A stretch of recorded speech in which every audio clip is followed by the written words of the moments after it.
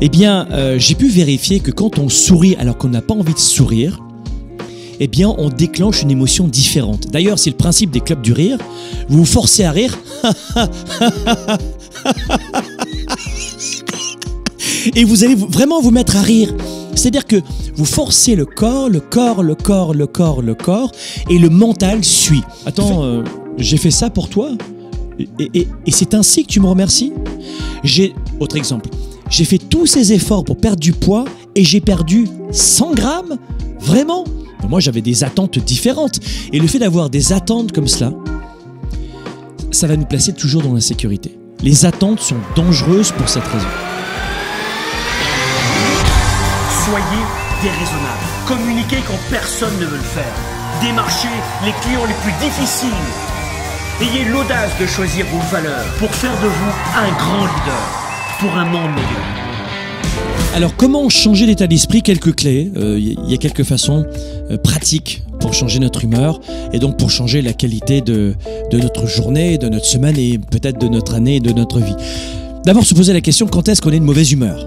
Et c'était quand, peut-être je m'adresse à vous, c'était quand la dernière fois où vous vous êtes ressenti dans un état vraiment fatigué et vous étiez de mauvaise humeur, irrité ou en colère?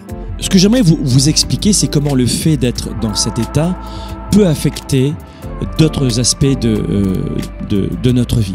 Ça veut dire que les gens devraient apprendre à mesurer et à contrôler leurs émotions parce que d'être dans une mauvaise humeur, c'est catastrophique pour notre vie relationnelle. C'est catastrophique de ne pas contrôler son humeur au travail. Combien de gens sont brillants et ont raté leur carrière ou des avancements comme employés? Bref, le manque de contrôle des émotions provoque des dégâts monumentaux dans nos vies. Et on a souvent l'impression que notre humeur, que nos émotions plus précisément, sont hors de contrôle. Mais c'est totalement faux parce qu'en réalité, on peut apprendre à changer d'humeur, on peut apprendre à changer d'émotion, on peut apprendre à changer d'état d'esprit. Alors la première des choses, c'est de ne pas jeter les dés en avance. C'est-à-dire qu'il y a beaucoup de gens qui pensent que quand on a cette croyance, ce tempérament, ces émotions, on ne peut pas changer. La plupart des gens vont vous dire « je suis comme ça, je ne suis pas autrement, mon père est comme ça, ma mère est comme ça, la société est ainsi, je suis né comme ça et moi je ne peux rien y faire, je suis condamné à être triste. Je ne peux pas être de bonne humeur parce que je suis né comme ça » et c'est faux. La clé déjà pour débloquer sa vie et pour vivre une très belle vie, et vivre à 110%, c'est de ne pas croire que ce sont toujours les autres ou la génétique qui détermine nos croyances, qui détermine notre humeur et nos émotions. C'est faux, bien évidemment. Je rajoute quand même qu'il y a des gens introvertis, extravertis, comme le modèle de Carl Jung, par exemple, accès cognition, accès émotion. Oui, bien sûr, tout cela. Mais peu ou prou, on peut tous apprendre à beaucoup plus contrôler notre humeur et nos émotions. Deuxième technique pour changer d'état d'esprit, c'est de changer, c'est très important, notre monologue intérieur. Je ne sais pas si vous avez vu ces films où il y a des fois un ange et puis un petit diable ici posé sur les épaules, puis il parle sans arrêt. La question, c'est de savoir lequel vous écoutez des deux. C'est ce qu'on appelle un monologue intérieur. Qui vous parle le plus toute la journée? Eh bien, c'est nous-mêmes. Et on serait étonné de savoir à quel point on se parle mal toute la journée. C'est-à-dire qu'on se dit des choses à nous qu'on n'oserait même pas dire à notre pire ennemi. Et il faut savoir que nos croyances limitantes vont venir affecter notre monologue intérieur.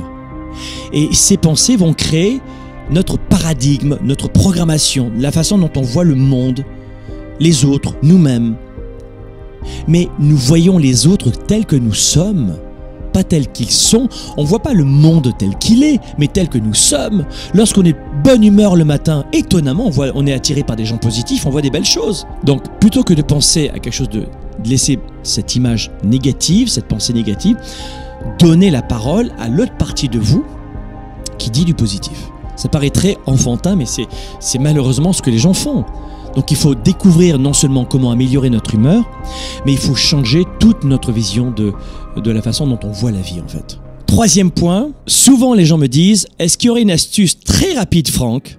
Allez, en une seconde pour changer d'état d'esprit, pour changer d'émotion. » Et je leur dis « Oui, en une seconde, ça existe. Ajustez votre posture. Modifiez la position de votre corps. Et ça marche. » L'idée, c'est d'observer notre posture lorsqu'on est heureux et par opposition à lorsqu'on est triste. ou à quoi on ressemble lorsqu'on est en colère, plutôt lorsqu'on est ravi? Est-ce qu'il y a une différence? Et si vous me dites Franck, j'en sais rien, prenez 1 minute pour y penser maintenant ou 1 seconde. Nous sommes tous dans des états psychologiques, émotionnels négatifs ou positifs, mais oui, on peut transformer notre état d'esprit en changeant notre corps, notre position, notre posture, en nous plaçant en état de vainqueur, même si la tête n'y croit pas. 4e conseil pour changer ses émotions, eh bien, j'ai pu vérifier que quand on sourit alors qu'on n'a pas envie de sourire, eh bien, on déclenche une émotion différente. D'ailleurs, c'est le principe des clubs du rire. Vous vous forcez à rire, et vous allez vraiment vous mettre à rire. C'est-à-dire que vous forcez le corps, et le mental suit. Vous devez comprendre que changer de posture, ça va envoyer des signaux positifs à votre cerveau. Et au début, effectivement, on va tromper votre esprit en lui faisant croire que vous vous sentez mieux, que vous ne l'êtes réellement.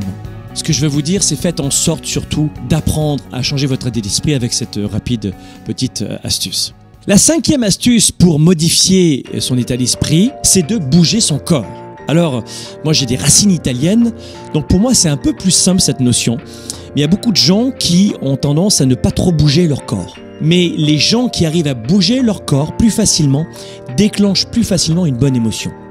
Comment transformer son état d'esprit même lorsqu'on est face à un stress intense, immense? Eh bien le secret aussi, c'est de bouger notre corps.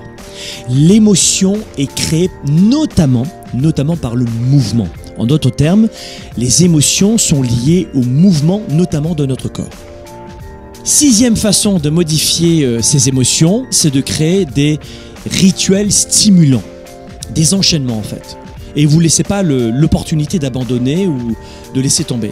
Et de vous dire, je dois faire mon rituel. Il y a certaines personnes, les plus prospères au monde, qui se sont un jour demandé comment je peux changer mon état d'esprit. Tous ces leaders, toutes ces personnes ont créé une routine stimulante.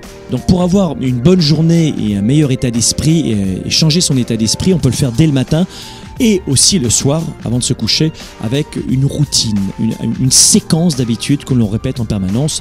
Et là encore, vous pouvez l'apprendre chez nous, dans nos programmes, dans nos événements ou ailleurs, mais trouvez votre source en tout cas pour créer votre propre stratégie et vos routines. 7e point, il faut adopter un état d'esprit d'abondance.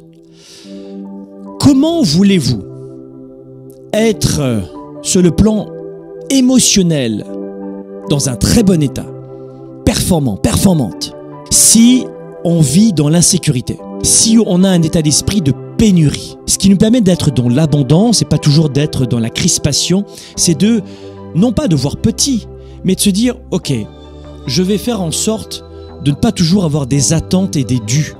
Attends, j'ai fait ça pour toi et c'est ainsi que tu me remercies? Autre exemple, j'ai fait tous ces efforts pour perdre du poids et j'ai perdu 100 grammes? Vraiment? Moi, j'avais des attentes différentes. Et le fait d'avoir des attentes comme cela, ça va nous placer toujours dans l'insécurité.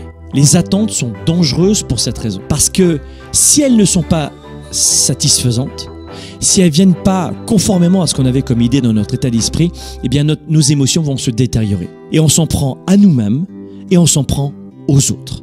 Donc il faut assumer la responsabilité de notre style de vie, de nos actions, de nos sentiments, de nos décisions. Et là, on va vivre beaucoup plus dans l'abondance. Et on va se sentir beaucoup plus libre. Et on va sentir qu'il y a plus, que le buffet de la vie est plus grand. Parce que étonnamment, on a cessé d'attendre de la part des autres. On va voir le buffet, on sait que c'est à nous d'aller chercher ce qu'il y a sur le buffet, mais on ne va pas attendre forcément, parce qu'on a fait cet effort, de mériter ce buffet comme ça. Donc, lorsqu'on comprend que la liberté est un état d'esprit, et que le secret pour y parvenir, c'est d'adopter un état d'esprit d'abondance, et pas d'attente systématique, là on peut changer d'humeur, et puis on peut changer son année, réussir à tenir ses résolutions, ses objectifs, et vivre sa vie de leader et d'entrepreneur.